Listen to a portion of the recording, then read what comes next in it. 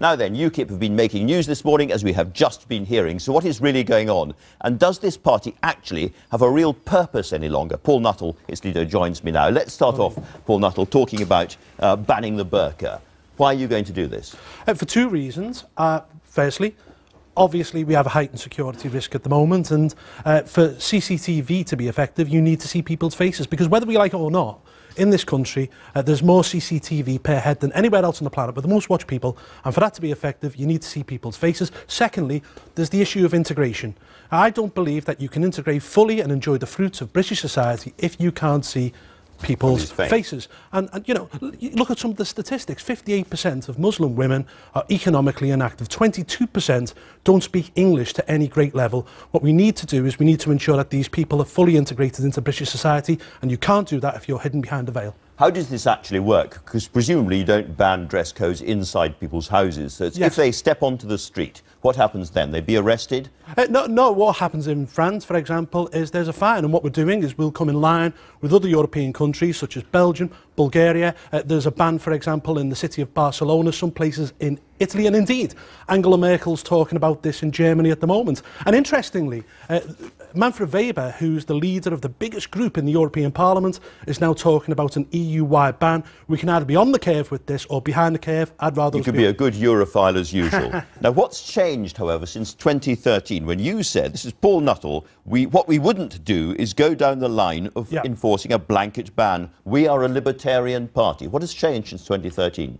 Well, firstly, I think there's obviously the biggest security threat that we face now, but indeed, you look at Trevor Phillips's report last year into Muslims into the UK, you look at the work that Dame Casey has done on this issue. Integration is actually getting worse in Britain at the moment, not better. But the security threat was there in 2013. Integration was no better in 2013. Oh, no, we know. And you were in favour. No. And you said we're a libertarian party. We don't interfere with what people wear and what they eat and so forth. Yeah. We know more about integration problems now as a result of Dame Casey's report.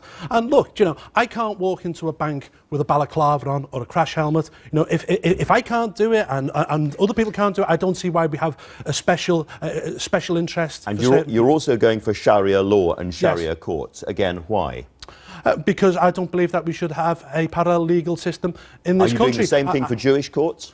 Well, Bet-Din is slightly different. We've had Bet-Din courts in this country which date all the way back. Hang on. They go all the way back to the days of Cromwell. The Jewish population in Britain, Orthodox Jewish population, is falling to about 250,000 now. The issue surrounding Sharia is that the Muslim population is doubling decade on decade. It's 3 million now. It'll be 6 million soon. And, you know, Trevor Phillips's report showed that a quarter of Muslim people in Britain want to see Sharia replace British law in areas which are predominantly Muslim populated. You know, we've got a problem with this, and either we deal with it now or we'll deal with it down the line. You're going to allow mosques to stay open? Of course mosques can stay open. This isn't an attack specifically on Muslims. It's all about integration. A lot of people watching will say UKIP is losing its purpose because we are coming out of the EU and you're pivoting to become an anti-Muslim party. It cannot be right that we have courts or councils in this country where the word of a woman is only worth half that of a man. That has no place in a liberal, democratic, functioning Western democracy. And you don't fear that by actually targeting what people wear, you are infringing upon something which is kind of intimate and personal? No, I don't. As I say, you know, if CCTV is to be effective in an age of heightened terror, you need to see people's faces, and I want to see real integration. For a lot of people, this is part of who they are, just as much as your... I mean, Kevin Maguire was joking about your flat cap, but, you know, that is part of who you are. This is part of who these women are. But you can see my face. You know, I'm not a security threat. And beyond that, as I say, it's about integration. And, you know, I said earlier, 58% of Muslim women in this country are economically inactive. If you're not showing your face, it precludes you from a lot of jobs.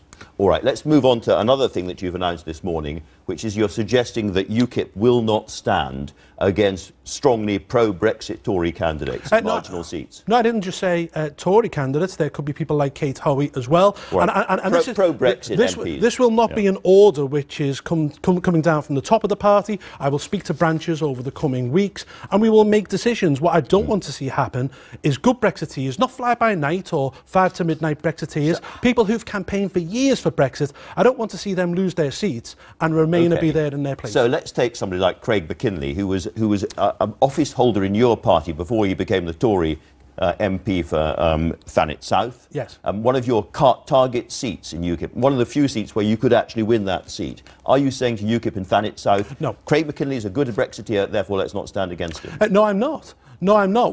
I think the Craig McKinley case is a bit different than most, to be perfectly honest with you, because of the way he was elected and the issue surrounding Nigel Farage and everything else. But you know, there are people in, for example, Bury, like David Nuttall, who's sitting on a majority of 250, who's been a good Brexiteer all his life. I mean, these are conversations. No, I didn't say we won't stand against them. The conversations that I will have with branches. But what I won't do is make the mistake that we made in 2010, where the party leader told branches to stand down. Okay. This shall be done. With quick game. Stand against them or don't stand. Theresa May, stand or don't stand. Not my decision. Down to the branch.